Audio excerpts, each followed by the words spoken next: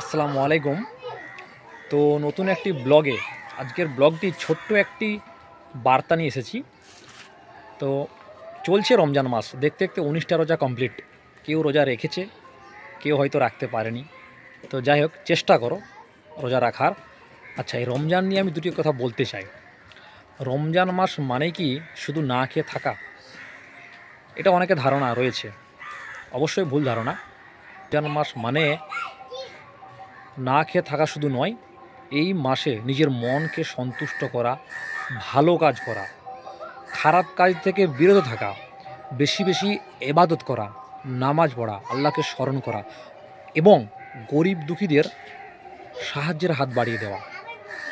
তার মানে আল্লাহকে সন্তুষ্ট করার জন্য কিছু ভালো কাজ করার একটি সময়, এটা রমজান মাস। আবার আমি যদি ঘুরিয়ে বলি, তাহলে রমজান মাস মানেই আমরা ভালো কাজ করছি, আল্লাহকে সন্তুষ্ট করার জন্য ভালো কাজ করছি এই মাসটা।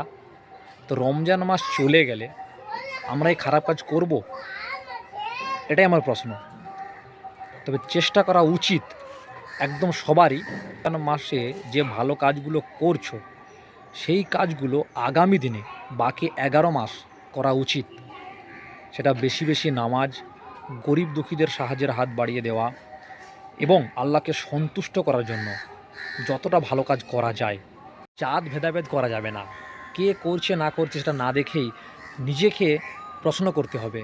যদি আমাদের মধ্যে সামান্য ঈমান থেকে থাকে, আমাদের মধ্যে যদি সামান্য শিক্ষা থেকে থাকে, জাত ভেদাভেদ করা যাবে না।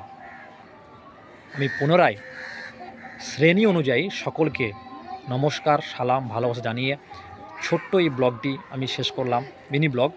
যদি ভালো লেগে থাকে অবশ্যই লাইক, কমেন্ট, শেয়ার করবেন আর সাবস্ক্রাইব করুন আমাদের চ্যানেলটি।